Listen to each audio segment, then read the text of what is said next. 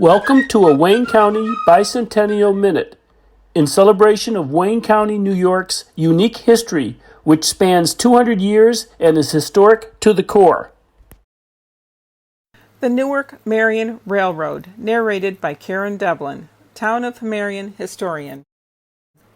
The Newark Marion Railway was chartered in 1900 as a spur to a proposed electric trolley line from Rochester to Syracuse to be constructed by the B.B. Syndicate from Syracuse, New York. The proposed railway consisted of 9.78 miles of roadway running along Pearl Street in Newark, across the New York Central Line, along Glenargo Creek, and into Marion.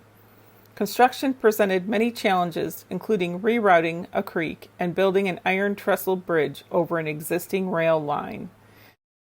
In 1902, the Glenargo Creek flooded, and with it went the first load of railroad ties hauled by Frank Van Closter. Quicksand was also a problem, and it delayed the construction of the trestle bridge over the New York Central Railroad lines. This trestle can be seen off Hydesville Road in Arcadia, especially in the winter months. Another challenge was purchasing a right-of-way through the farmlands of numerous individuals. While some landowners were happy to sell, others had to be taken to court and the land condemned for use by the railroad. For the most part, public support of this endeavor was very high, especially in the farming community who looked forward to shipping their produce efficiently. On December 14, 1905, the first passenger train entered Marion to the cheers of local residents. The Christian church held a 3-day bazaar, and a special train ran from Newark to Marion for the occasion. If you lived in Newark, you could buy a round-trip ticket for 50 cents, which included a roast pork supper. The first engine was nicknamed the Peanut due to its relatively small size. The train provided mail service from Newark, and the line was utilized for shopping trips to Newark and special charters for events in Newark and surrounding areas.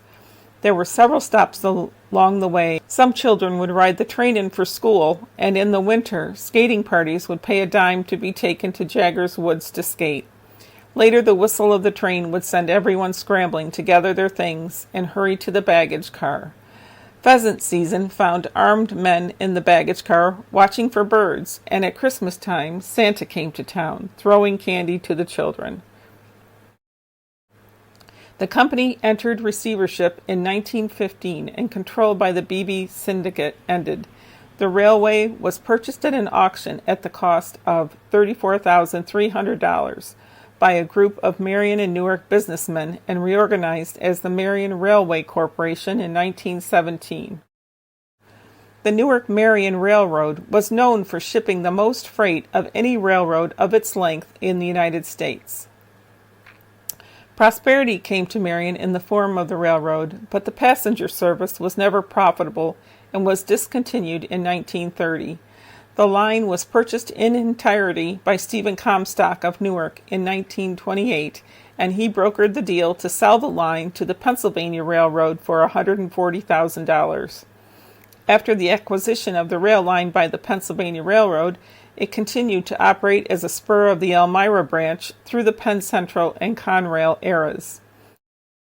In 1955, the last steam engine, engine 2846, a model H6SB280, took its last run, and the line was converted to diesel engines. This engine now resides in the Railroad Museum of Pennsylvania in Strasburg, Pennsylvania, and can be seen there in its glory. In 1979, operation of the short line changed to the Ontario Midland Railroad. As freight traffic continued to decline and the condition of the tracks deteriorated, it was decided to close the line in July 1984, ending the 84-year-long history of the railroad in Marion. Her boilers leaked, her drivers clattered, her coach had bugs. What did that matter?